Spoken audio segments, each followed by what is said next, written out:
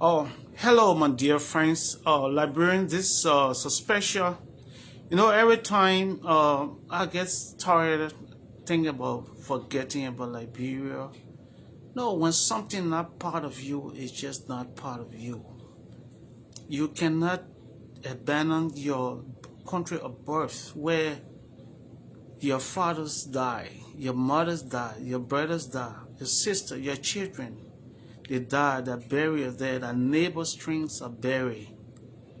And there are a lot of things that make you not to forget about where you're coming from, the nation of which God uh, uh, brought you up.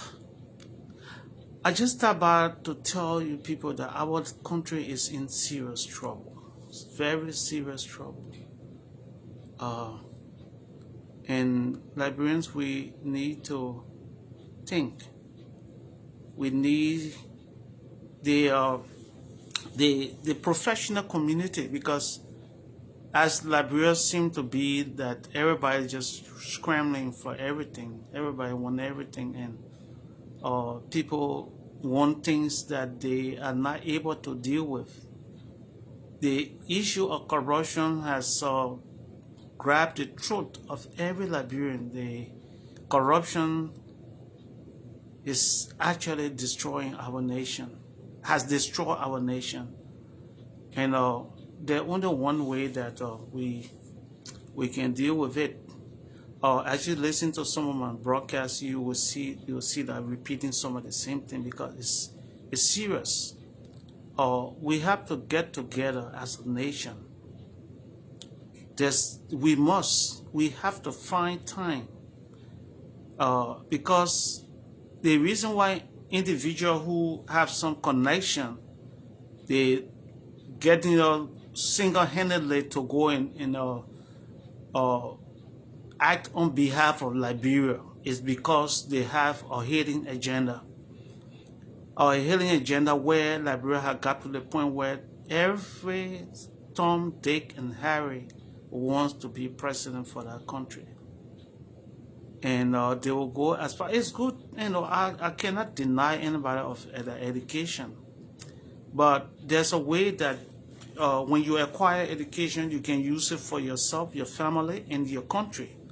If you have in mind of helping your country, there's a way to do it.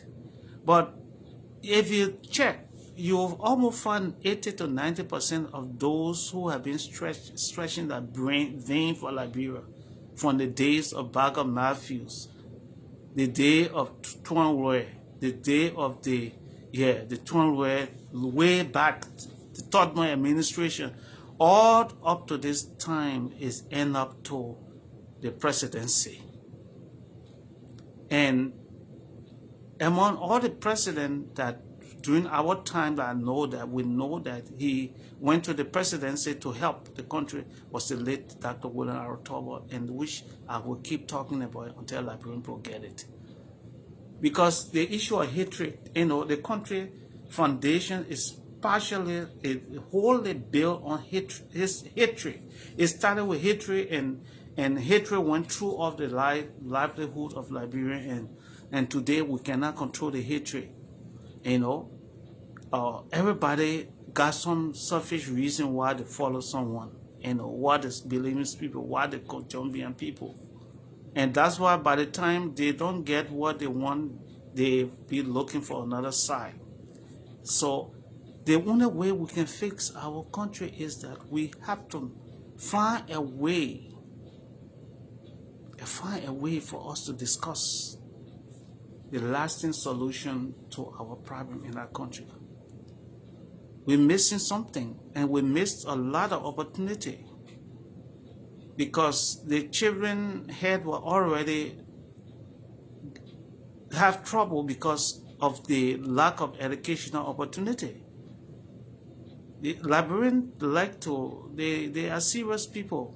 Sometimes we seem to be unserious because the livelihood of Liberians, they are being in trouble. They are always being out of war or political unrest. Up to the 15 years war, everything Liberian people know. And people who know war, they live war. When your life is surrounded by war, you live it. That's what happened to us. So that's why sometimes you put people in office, presidents go there, at the end of the day, they fail. Because you got to have people to work with. People will work with the heart. How many persons have the, because out of hatred, somebody just, the clothes you wear, the car you ride, and everything will get to the nerve of somebody. If you can speak well, people are jealous. And, you know, everything is because of the damage of our social structure of the country. The damage is seriously damaged. So we have to get together. We have to find a way. You know, this individualistic attitude is all about selfish interest and hidden agenda, like I say. People got this underlying hidden agenda in the back of their mind when they moving with some of these things. Based on some of the conversation yesterday from Spoon TV, some of us who don't have the opportunity to come on Spoon to contribute. I got a lot to contribute, but sometimes people that always say the truth, somebody doing something, you see it, you know that's when you try to correct it, they stereotype you. They try to push you aside, you know. Stereotyping everybody until we can, when we see the right person coming, when we see Jesus coming, we'll be thinking, say, he's some kind of different person, or maybe spirit coming, and we'll begin to run. So that's what our country has come to. So I just thought about briefly just to talk about it. We got serious. We have a serious problem. The worst thing was done was not to put our feet down, to make sure to get the children from others, the street, cancel all of the ghettos, and bring the children to the institution, build institution to put them in, to rehabilitate them. That's a mistake that was made. And we have 1, 2, 3 administration. This is the 4th one. And the Bwaga administration is struggling. So the last thing I want to say here, you know, that I will come with a special broadcast on that. But as I speak, I'm telling you that Liberia is not operating under law.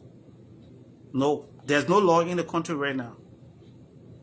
1990 was different. There was no law the 15 years when guns were fighting. And now we come to civilian rule. And they within doing this third administration after the war, there's no law presently. So don't fool yourself, say there's law. As long as the House of Representatives is split, they deny the law from the Supreme Court. The Supreme Court did that decision coming down. It was denied. There's no law in our country, so nobody should think, say, there's law in Liberia. No, absolutely, there's no law in our country. So I hear the people killing people. Yeah, people will be free to kill people, to walk in people's houses and brutal them and mob them to death, because they know that there's no law that will hold them. The police will run around, get where people, at the end of the day, they will bring the wrong people just to prove that they are working. But it's a complicated situation. There's no law in the country. And everybody seems to forget about that. You're forgetting? I'm telling you, Liberia have no law. As long as the House of Representatives is like that, let's forget about the burning of the building. If honest to that one is burning already. But there should be a law, that group of people who are making the law, they should be united, sit down somewhere else.